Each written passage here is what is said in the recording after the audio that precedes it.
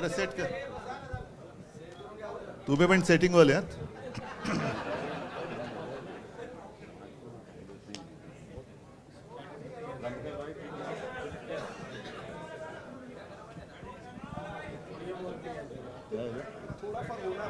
नाही उभं राहून बोलू शकतो मी पण जरूर जरा चर्चा नाही चर्चा चॅनल नीचे करू. नाही ठीक आहे. नाही ठीक नाही तुम्ही अरे मी उठलं तो उठता तुम्ही मी बसलो तर बसता तर तुम्ही असा तुम्ही एक काहीतरी करा बसताय तर बसा म्हणजे मला बसून बोलता येईल. बस अब लेकिन आप लोग नहीं ना बैठ रहे. ठीक है बस बस ठीक ठीक ठीक. चल ठीक आहे. थोडं हिंदी आणि मराठीमध्ये बोले ना. मराठी सुरू करा हिंदीमध्ये कन्क्लूड. अब एक ही है हिंदी मराठी. नाही सगळे मराठी तर समजतात. व्यासपीठावरील सर्व उपस्थित मान्यवर आणि जमलेल्या बांधवांनो भगिनीनो आणि मातानो, बहुत दिनों के बाद जरा हिंदी की प्रैक्टिस बढ़ा रहा हूँ क्योंकि जैसे मैं अभी गाड़ी से उतर रहा था तो एक पल मेरे ध्यान में आया नहीं कि व्यक्ति है कौन. शक्ल तो देखी हुई है, पता चला चंद्रकांत जी आहे. आणि ते एवढ्यासाठी म्हटलं कारण मला आज सुद्धा चंद्रकांत जी आठवतात ते दाढ़ीवाले. मतलब आप सोचिए कितने सालों के बाद हम मिल रहे हैं. अभी अभी तो लगातार मिल रहे हैं लेकिन इतने साल बीच में गुजर गए. क्यों गए पता नहीं. दुबे साहब भी बहुत सालों के बाद घर आए. राजेश जी पण तसेच सगळे. पहले तो घर पे आना जाना था, बीच में पता नहीं क्यों क्या हुआ आना ही बंद कर दिया. और अभी आपने जो बात कही कि आने वाले सरकार में हमें भी कुछ चाहिए, अरे आप साथ में रहेंगे तो देंगे ना. मेरे साथ रहेगा ही नहीं तो किसको दे दूं मैं. और पहले भी ऐसे नहीं, मेरे पिताजी ने उस वक्त भी कोशिश की थी. घनश्याम जी थे, अभी चंद्रकांत जी उस वक्त आप आते थे जरूर. राज्यसभा के मेंबर नहीं, चंद्रकांत जी रमेश जी आप आते थे जरूर लेकिन शिवसेना में नहीं आते थे, घर जरूर आते थे.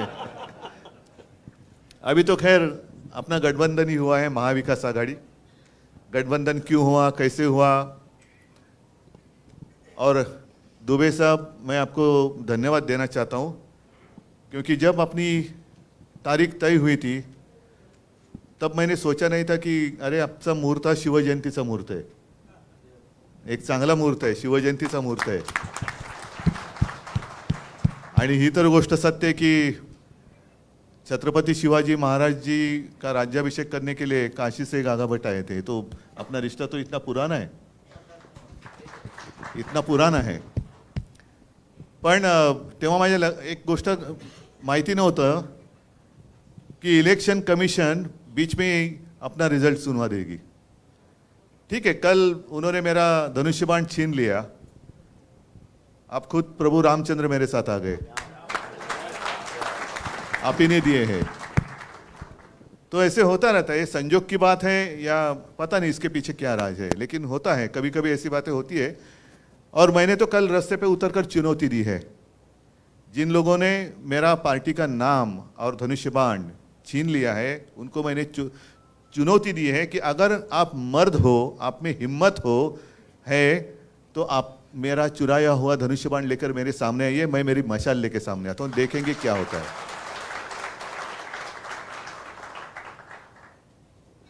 एक बात जरूर कि पिछले 25-30 साल से भी ज्यादा हम और आप एक दूसरे के विरोधी थे. कांग्रेस और राष्ट्रवादी और शिवसेना, उत्तर भारतीय और मराठी नहीं मैं कह रहा हूं, कांग्रेस, राष्ट्रवादी और शिवसेना. तो ऐसी कौन सी बात हो गई कि हम तो हिंदुत्ववादी थे. आज भी मैं कहता हूं मैं हिंदू हूं, मैंने हिंदुत्व कभी छोड़ा नहीं है और ना ही छोड़ूंगा. मैंने तो भाजपा को छोड़ा है, हिंदुत्व को नहीं छोड़ा है. भाजपा मतलब हिंदुत्व नहीं है और उनका जो हिंदुत्व है वो हमारा हिंदुत्व नहीं है, वो हमें मंजूर नहीं है. मैं खुलेआम कहता हूं, जो मेरे पिताजी ने मुझे सिखाया वो हिंदुत्व ये नहीं है. और मेरे पिताजी की भाषा में कहें तो राष्ट्रीयत्व हेच आमचं हिंदुत्व आहे. हमारा जो हिंदुत्व है वो देश से जुड़ा हुआ है, लेकिन इनका जो हिंदुत्व है वो कैसे है कि आपस में लड़ाई लड़ाओ, आपस में झगड़ा कराओ, परिवार में झगड़ा लगाओ, पार्टी में झगड़ा चालू करो और सत्ता हासिल करो। कल कोई आया था पूना में, कहते हैं, उन्होंने पूछा क्या कैसे चल रहा है महाराष्ट्र में, तो कहा कि आज बड़ा अच्छा दिन है। तो क्यों? तो शिवसेना का नाम और चिन्ह हमने अपने साथ जो गुलाम आए हैं उनको दे दिया। तो व्यक्ति बोले बहुत अच्छा, मोगैम्बो खुश हुआ। ये मोगैम्बो है। मिस्टर इंडिया अगर आप याद करें तो उसमें यही है ना, मोगैम्बो यही चाहता था कि देश में एक दूसरे के साथ लड़ाई हो जाए, लोग आपस में लड़ते रहे और वो लड़ाई में व्यस्त रहेंगे तो मैं राज करूंगा। यही तो है आज के मोगैम्बो, यही तो है। वो भले हिंदू हैं, लड़ो, हमारे साथ है, वही हमारे, वो हिंदू हो या कोई हो, कोई उसका उसमें फर्क नहीं पड़ता। आप हमारे पार्टी में आते हो तो ही हिंदू हैं, और नहीं है तो आपने हिंदुत्व छोड़ दिया। आप मुझे बताओ, मैं तो जैसे आपने कहा इंतजार कर रहा हूँ बीकेसी में कब आप जनसभा करते हो। मुझे तो लोगों के सामने आना है, लोगों के बीच में आना है और पूछना है बताओ मैंने क्या गलती की है। 2.5 साल मैं मुख्यमंत्री था, कहाँ मैंने भेद किया है? आपस में लड़ाई कभी मैंने करवाई है? कभी शिवसेना ने आपस में लड़ाई लगाई है, की है? कभी नहीं। दुख इस बात का होता है कि 92-93 की जो आपने जिक्र किया, तो यही तो मेरे शिवसैनिक हैं। आज अनिल परब है, वायकर है, विनायक जे, ऋतुजाताई बसले त्यांचं तेव्हा रमेश होता, भाऊ कोरगावकर है, इकडे पण काही लोक असतील, ये तो हमारे सैनिक हैं जिन्होंने मुंबई को बचाया था। और आज जो हिंदुत्व की बात कर रहे हैं वो उस वक्त कहाँ थे? एड्रेस नॉट नोन, कहाँ गए पता नहीं। और आज बड़े सीना तान कर आ रहे, 56 इंच की छाती। अरे आपकी 56 इंच का जो सीना है उस वक्त कहाँ था? उसको तो पसीना आया था। आप अभी गुनहगार मान रहे हो। और मैं कांग्रेस के साथ गया, मैं नहीं गया, भाजपा ने मुझे ढकेला है, भाजपा ने मुझे ढकेला। और ये बात मैं दोहरानी इसलिए चाहता हूं ताकि गलतफहमी आपके मन में ना रहे। 2014 में मैंने नहीं युति तोड़ी थी, भाजपा ने युति तोड़ी थी, और तब भी मैं हिंदू ही था ना, आज भी हिंदू हूं। उस वक्त आपने युति तोड़ी थी, बाद में जब आपको पता चला, जरूरत पड़ी कि अरे शिवसेना तो साथ में लगेगी, क्योंकि उस वक्त लास्ट मोमेंट चंद्रकांत जी, मतलब चुनाव, वो जो नामांकन पत्र दाखिल करने की डेट रहती है उसके एक दिन पहले उन्होंने युति तोड़ी। बड़ी मुश्किल थी, क्योंकि 288 जगह पर मैं कैंडिडेट कहाँ से लाऊं? तो भी हम लड़े, अकेले लड़े तो 63 आए थे हमें। बीजेपी को ऐसे लगा था कि वो अकेले की जोर पर सत्ता संभालेगी, नहीं संभाल सके, हमारी मदद लेनी पड़ी।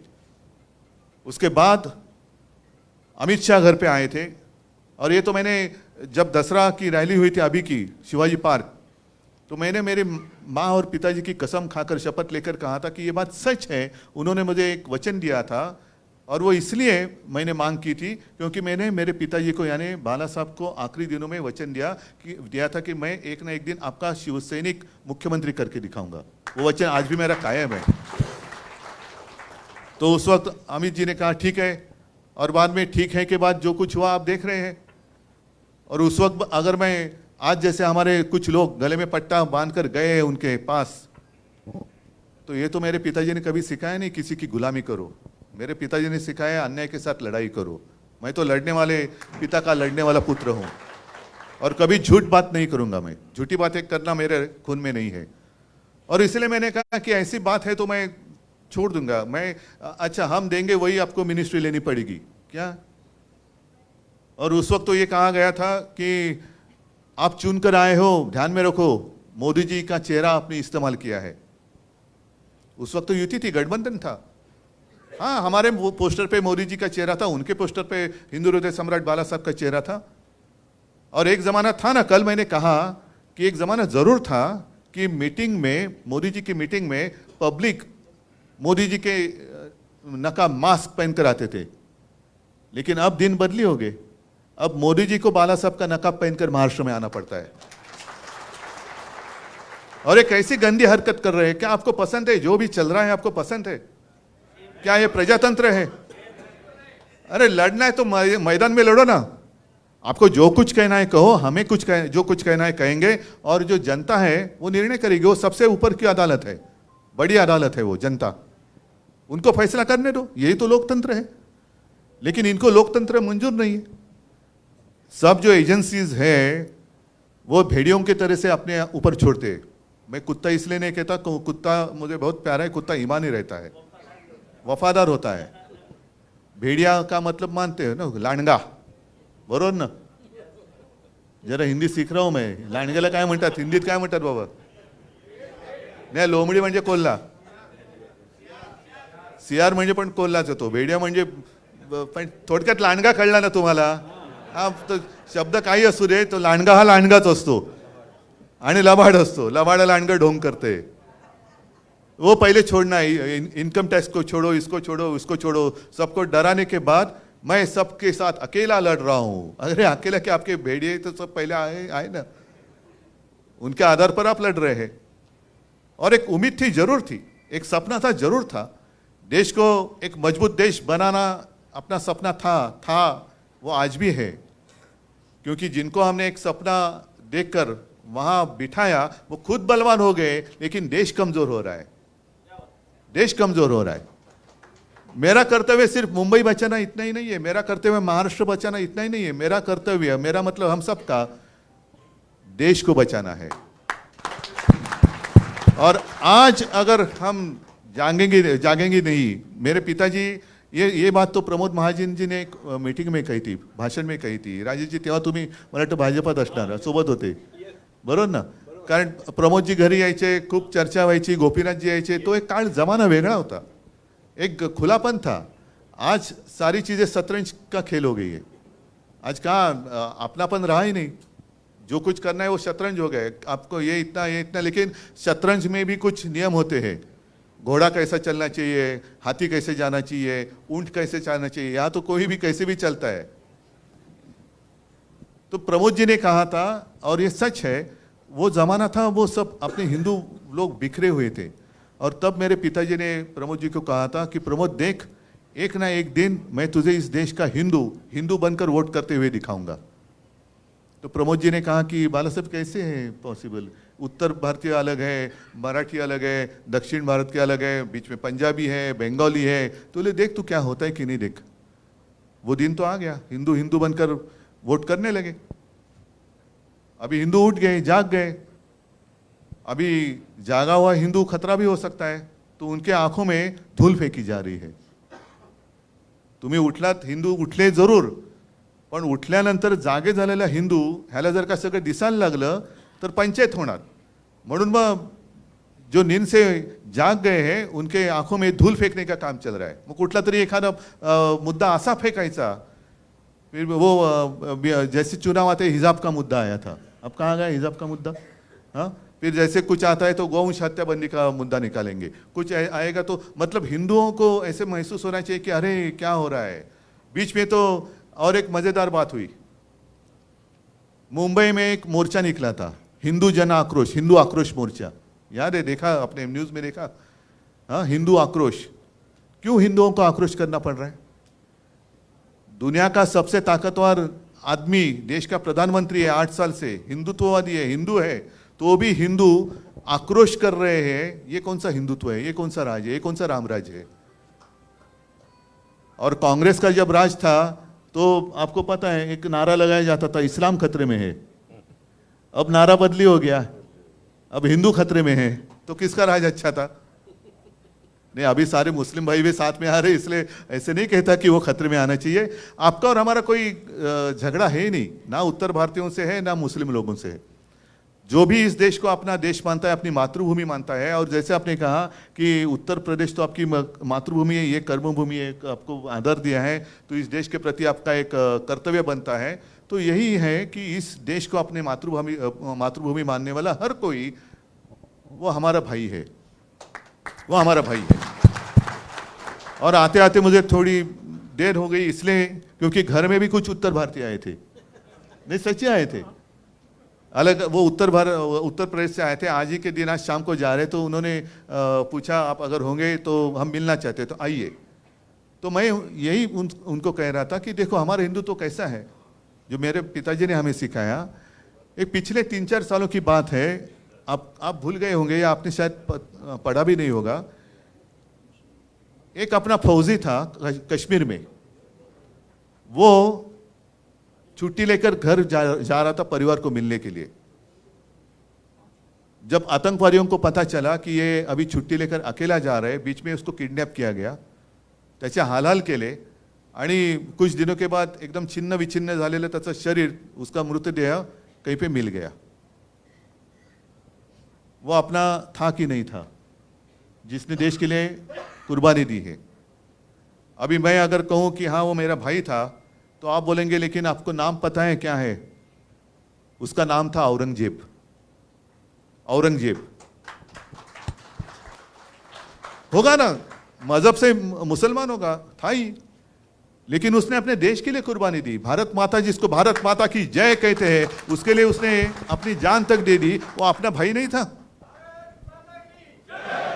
वो अपना भाई ही था।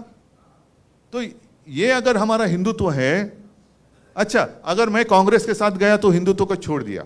अभी कल मोगैम्बो ने कहा कि ये मुख्यमंत्री पद के लिए कांग्रेस और राष्ट्रवादी के तलवे चाट रहे थे।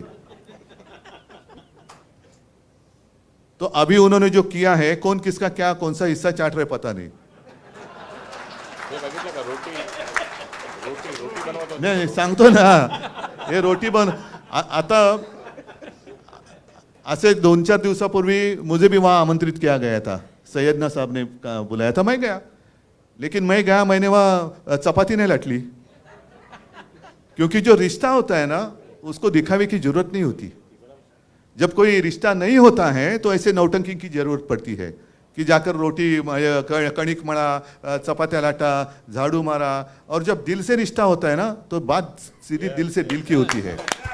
नौटंकी की बात करने की, नौटंकी करने की आवश्यकता नहीं होती। मैंने जाकर वहाँ, उन्होंने मुझे प्रेम से बुलाया, मैं गया, क्योंकि जब बड़े सैयदना साहब थे तो मुझे याद है, मैं छोटा था तो वो भी मेरे पिताजी को मिलने के लिए घर पे आए थे। तो इतने पुराने हमारे संबंध है, कोई आवश्यकता नहीं है नाटक करने के लिए। लेकिन उन्होंने कुछ भी किया। मैं कांग्रेस के साथ गया तो हिंदुत्व छोड़ दिया। अरे भाई, आप मुफ्ती मोहम्मद के साथ बैठे थे, उस वक्त आपने क्या छोड़ा था? कभी कांग्रेस ने आतंकवादियों को शहीद मानने के लिए तो ये नहीं रखी थी ना शर्त कि ये जो है काय अफजल गुरु, त्याला तो शहीदाचा दर्जा द्या म्हणून ते मुफ्ती मोहम्मद आणि महबूबा मुफ्ती सांगत होते। उनके साथ आपने सत्ता के लिए उस वक्त क्या किया था आपने? मैं नहीं पूछना चाहता, लेकिन क्या तब भी आप हिंदू थे ना, कि उस वक्त के लिए टाइम प्लीज ली थी, जैसे बच्चे लेते टाइम प्लीज, हम हिंदुत्व छोड़ रहे हैं, हम हिंदुत्व पकड़ रहे हैं। ये क्या नौटंकी चल रही है? कब तक लोगों को उल्लू बनाएंगे? और कल की जो बात हुई है, सरासर अन्याय है। आप मुझे बताइए, मेरे पार्टी में कुछ लोग वहां चले गए, जाने दो, जिसकी मर्जी जाना चाहे जाए, लेकिन वो दूसरी पार्टी में जाने चाहिए। आपने जो बात कही, और इसलिए मैंने कहा ना कि अरे भाई, मेरे ही लोग मुझे घर से बाहर निकाल रहे हैं, क्योंकि वो घर पे ही कब्जा करना चाहते हैं। ये घर ही मेरा है, मेरे पिताजी ने उनको सहारा दिया था। ये जो सारे शिवसैनिक बैठे हैं, आज भी लाखों शिवसैनिक हैं, उन्होंने पसीना और खून बहाकर इनको बड़ा किया। अब वो मालिक बनने जा रहे। और हमारी संस्था भी ऐसी है कि उनको चोर को मालिक बना दिया घर का। ये कौन सा देश है? घर में देश में चल रहा है क्या है? लेकिन आज के दिन पूरे देश में जितने सारे राजनीतिक पार्टियां हैं, उनकी आंखें खुलनी चाहिए। आज हम पे बीती है, कल आप पे बीत सकती है, कल आप पे बीत सकती है। जिस तरीके से उन्होंने शिवसेना के साथ शुरू किया है, करते जा रहे हैं, क्या बिगाड़ा है हमने? आपको मेरे पिताजी का चेहरा चाहिए, लेकिन पिताजी का बेटा नहीं चाहिए, जो आपके साथ था, आपको साथ आने के लिए, आगे चलने के लिए तैयार था। और सिर्फ मैंने मेरे पिताजी को, जिसको आप आपका नेता मान रहे हैं, उसी को मैंने वचन दिया था कि मैं शिवसैनिक को मुख्यमंत्री करूंगा। वो वचन निभाने वाला अगर धोखा देता है तो उसके साथ मुझे कैसे बर्ताव करना चाहिए? जिसने हमें धोखा दिया, बाला साहब की शिवसेना को धोखा दिया, उसके तलवे चाटने वाले आपको चलते हैं। मग माझं काय चुकलं होतं? मैं यही तो मांग रहा था। अगर जो बात मैंने उनके सामने रखी थी, चलो 2.5 साल तो मैं मुख्यमंत्री था, हालांकि मैं मुख्यमंत्री बनना नहीं चाहता था, मेरा सपना नहीं था, लेकिन पवार साहब थे, कांग्रेस के अन्य ज्येष्ठ नेता थे, उन्होंने कहा कि उद्धव जी आपको ही करना पड़ेगा, ये स्वीकार करना होगा, अन्यथा ये सरकार बन नहीं सकती। तो मुझे कोई अनुभव नहीं था, मैं बन गया। अगर मेरे साथ जो उन्होंने कमिटमेंट की थी 2.5 साल की, वो अगर निभाते तो अब पहले 2.5 साल या बाद में 2.5 साल या तो उनका या तो शिवसेना का मुख्यमंत्री होकर चला गया होता, और आज ऑफिशियली उनका मुख्यमंत्री शायद होता या पहले हो जाता था। क्या फर्क पड़ता था? दिन तो उड़ जाते हैं। लेकिन कभी कभी ऐसे लगता है कि जो भी कुछ होता है अच्छे के लिए होता है।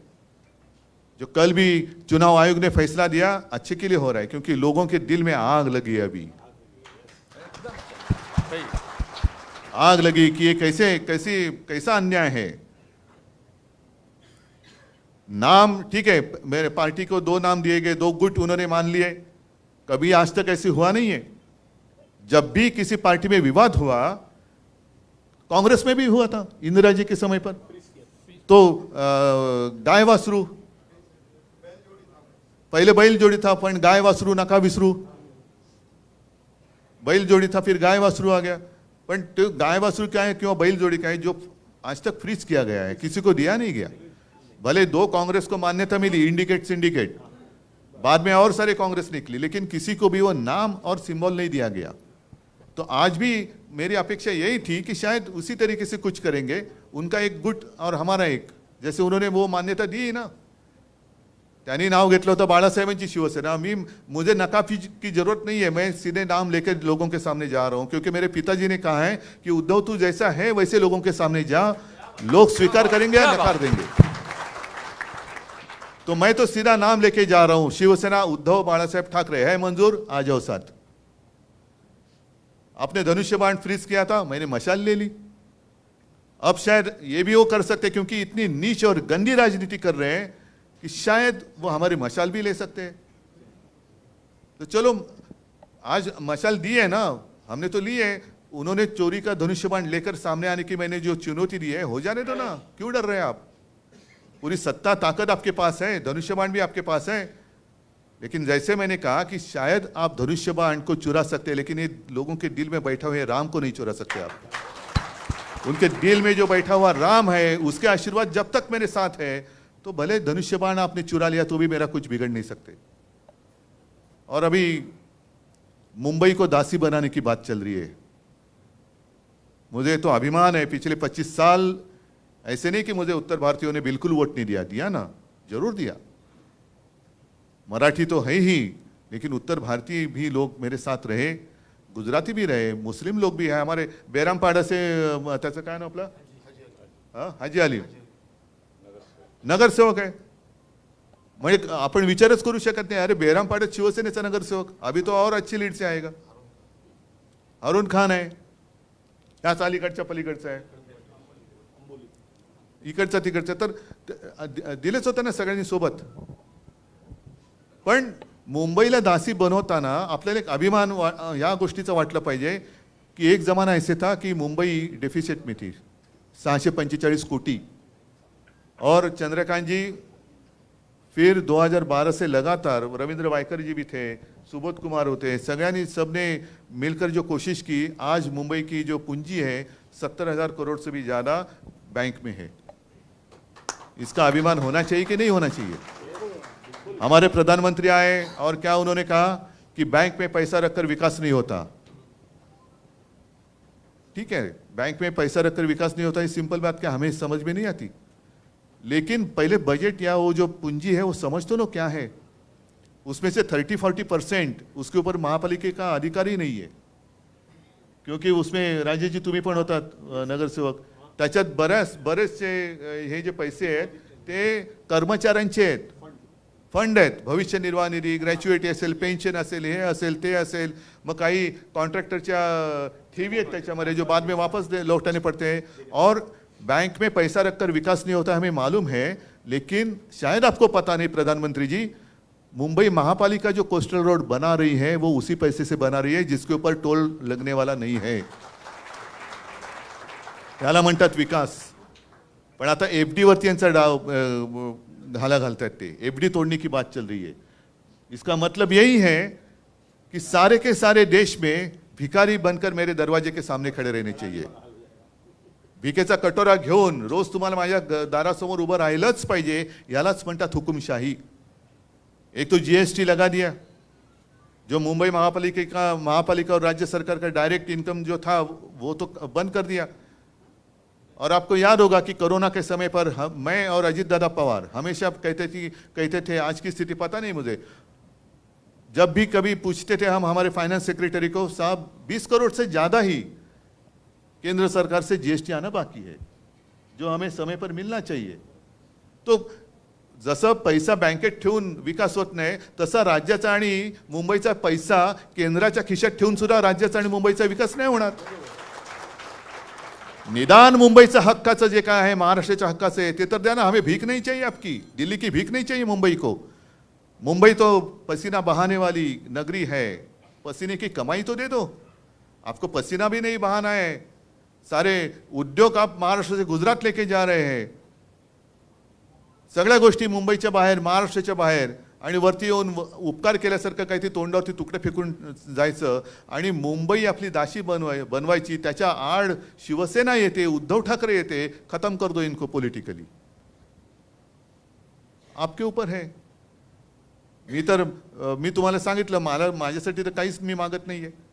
तुम्ही जेव्हा पब्लिक मीटिंग घ्याल, मी माझी दसरा मेळावा असतो तसंच आणखीन परत मीटिंग तर मी घेणारच आहे। मी तर लोकांवरती सांगणार आहे, मी तुम्हाला हवा असेल तर तुम्ही सोबत राहा। आज तर माझ्या हातात काहीच नाही आहे माइक शिवाय, सिर्फ माइक है जिस माइक के माध्यम से मैं मेरे दिल की बात आपसे कह सकता हूँ। मन की बात नहीं, मेरे मन में कुछ और चलता होगा। मनातले मांडे आपण म्हणतो, पण मैं दिल की बात करने वाला हूँ, दिल की बात करने वाला हूँ। और इसलिए अगर साथ आना चाहते हैं तो साथ निभाना पड़ेगा, साथ निभाना पड़ेगा। हर संकट में साथ रहना होगा। हाथ उठा के बोलिए, हम तुम्हारे साथ। आपके साथ है। नहीं, और इसलिए आपने जो कोरोना की बात सच है। थोड़ी सी वो एक याद कोविड की बात करूं, अभी शायद कितने तारीख को लॉकडाउन हुआ था? 23 से 24, 22। उसके शायद उसके एक वीक पहले से मैं चीफ मिनिस्टर था, मैंने ऐसे ऐसे कुछ चीज़ें बंद करना शुरुआत की थी। कुछ चीज़ें मतलब पब्लिक प्लेसेस, मॉल बंद करो, नाट्यगृह बंद करा, सिनेमा हॉल बंद करा, रेस्टोरेंट। लोगों को एक आदत होनी चाहिए, एकदम झटका नहीं लगना चाहिए। और उस वक्त मैं लगातार केंद्र के साथ कांटेक्ट में था कि मैंने उनको कहा कि कुछ यहाँ बाहर से जो लोग आए हुए, उत्तर भारत से हैं या कहीं से भी है, वो घर लौटना चाहते हैं। उनको घर लौटने के लिए मुझे ट्रेन्स दे दो, मैं पैसे देने के लिए तैयार हूँ, लेकिन उनको अगर वो घर जाना चाहते हैं तो घर जाने दीजिए। क्योंकि एक मानसिकता होती है, कुछ भी होता है तो अरे घर चलो भाई, घर चलो भाई, अरे घर चलो क्यों, यहाँ नहीं घर जाएंगे। तो ठीक है ना, घर जाना चाहते हैं तो घर जाने। तो मुझे कहा गया कि नहीं उद्धव जी, अभी कैसे, अभी तो मुश्किल है। फिर लॉकडाउन हो गया। लॉकडाउन होने के बाद मैंने उस वक्त भी कहा था कि देखो, लॉ एंड ऑर्डर की सिचुएशन खराब हो सकती है। लोगों को ज़्यादा समय तक मैं, ये कोई इमरजेंसी नहीं है कि लॉक करके, लॉकडाउन मतलब घर का दरवाज़ा लॉक करके उनको अंदर बंदी बनाई जाए, ऐसे नहीं है। तो नहीं अभी नहीं। फिर जो हुआ, लोग बाहर निकले, तो भी मैंने आदेश दिए थे कि जहाँ भी इनको अगर हम रोक कर उनकी निगाह, मतलब त्यांची निगराणी आपण चांगली ठेवू शकू ते करा। मग जवळपास 7.5 लाख लोकांना एक महीनाभर हम वो जहाँ भी रहे वहाँ कैंप बनाए, खाना तो दिया, साथ में डॉक्टर्स भी रखे, लेकिन फिर भी वो सारे इंसान है। एक दिन वो बांध भी टूट गया और लोग चल पड़े रास्ते पे, पटरी पर चलने लगे। 1-2 लोग तो ट्रेन के नीचे ऐसे कुछ बेचारे, उनकी जान भी गई। और तब भी मैंने, अनिल परब मंत्री थे, परिवहन मंत्री, अनिलला सांगितलं, म्हटलं अनिल सगळ्यांना एसटी दे आणि 7.5 लाख लोकांना त्यांच्या गावाच्या सीमेपर्यंत सोडलं। अनिल परबच मंत्री होते। 7.5 लाख लोगों को मैंने उनके गांव की सीमा तक छोड़ा। कुछ लोगों को उन्होंने कहा कि नहीं, हमें यहाँ तक छोड़ दो, फिर हम स्टेशन, रेलवे, महाराष्ट्र के बाहर हम रेलवे से जाएंगे। फिर ऐसे सारे लोगों को हमने किया, जो कुछ कर सकते थे किया. त्यावेळेला आम्ही हे बघितलं नव्हतं की मी तर खरं सगळ्यांना सांगत होतो की आप कहीं जाइए मत, आप यहीं पे रहिए, कुछ नहीं होगा, हम आपका ख्याल रखेंगे. नहीं लेकिन हमें घर जाने दो. तो ठीक है, आपकी मर्जी. आता त्यावेळेला घरी गेल्यानंतर वो भी एक वीडियो आए थे, पूरे लोग रास्ते पे रुके हुए हैं और पानी भी नहीं पीने के लिए, कुछ नहीं, ये नहीं वो नहीं. वो बोल रहे थे इससे अच्छा तो महाराष्ट्र था, महाराष्ट्र था. तो ये बात है. तो यही मैं कहता हूं कि हम साथ में रह रहे तो सुख में और दुख में हम साथ एक दूसरे के साथ रहे. आणि दुबेजी तुम्ही जे सांगितलं आता कोणी तुम्ही बोललात ना, पवार साहब के यहाँ बैठे थे और उन्होंने दुबे जी ने कहा कि उम्र का कोई ये नहीं है, और ये सच है. मेरे पिताजी कहा करते थे कि उम्र किसी के हाथ में नहीं है. माणूस वयाने मोठा होतो, पण तो वयाने मोठा झाला तरी मनाने खचला की तो वृद्ध होतो. तो आज भी दुबे साहब तो यंग है, काम करने की हिम्मत है, एक जिद्द आहे. आणि आमचं आता चांगलं जुळलंय महाविकास आघाडीचं. त्याच्यामुळे पवार साहेबांना सांगतो इनको भी कुछ जिम्मेदारी दे दो. वैसे कोई ऐसे नहीं कि वो अपनी जिम्मेदारी लेकर, अभी ये तो सारी मीटिंग उन्होंने ही तो की, मैंने नहीं कुछ उनको कहा था. तो वो ऐसे नहीं कि जिम्मेदारी नहीं तो मैं क्या करूँ. तो वो बोले आप जिम्मेदारी दे दो या नहीं दे दो, मैं तो मेरा कर्तव्य करते रहूँगा. तो ऐसे लोग साथ में आएंगे. और इसलिए मैंने कहा ना, तो सिर्फ शिवसेना की लड़ाई नहीं है, हर एक भारतीय नागरिक की लड़ाई है. इस देश में प्रजातंत्र, लोकशाही जिवंत राहणार की नाही हे आता ठरवण्याची वेळ आलेली आहे. आणि त्याच्यासाठी हम सब एक साथ मिलकर आगे जाएंगे. तो किसकी हिम्मत है अपने देश को गुलाम बनाने की. मैं मेरे देश को, मेरी भारत माता को किसका गुलाम नहीं होने दूंगा. बस एक ही यही शपथ ले लो और आगे चलो, एक ही शपथ ले लो. तो मैं मानता हूं कि अभी पिछले रविवार भी मैं आया था आपके यहाँ, गोरेगांव में आया था. आज यहाँ आया हूँ, पता नहीं अगला रविवार कहाँ है या कहाँ है. लेकिन ये तो अभी ये शुरुआत तो हुई है, उसको आगे हम और लेके जाएंगे. हाँ? अभी ठाणा में अभी मतलब आगे ठाणा में जाना. हाँ, ठाणा और मुंबई. तुम्ही जिकडे म्हणाल तिकडे मी येतो. भाई अंदर अरे तू, मी असं पण पहिले भाई अंदर आ जा. तर हे आपलं एक नातं आहे. आणि मला खरंच आनंद आहे की इकडे मी एक हिंदी बोलायची प्रॅक्टिस थोडीशी वाढवतोय. पण मला असं जर जेव्हा म्हणतो की तुमच्यापैकी काही जण अतिशय शुद्ध मराठी बोलतात, आता एवढं सगळेजण आपण मिळून मिसळून गेल्यानंतर, एवढे आपण एकत्र आल्यानंतर मग निवडणुकीत वेगळं करायचं.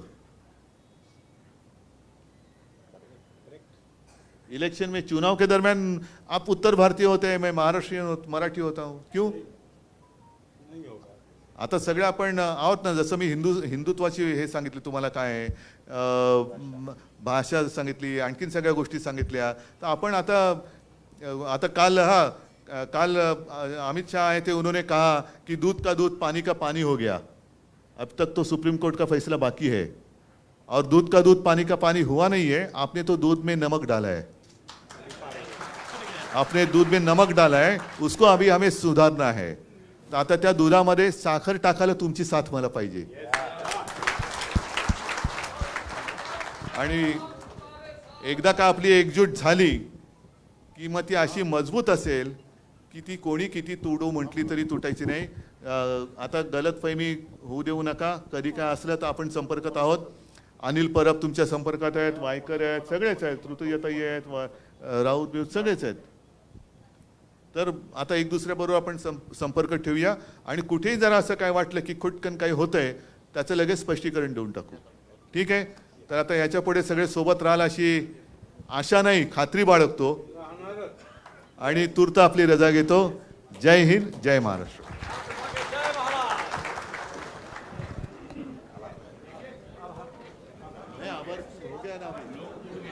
लोग उठ गए. आप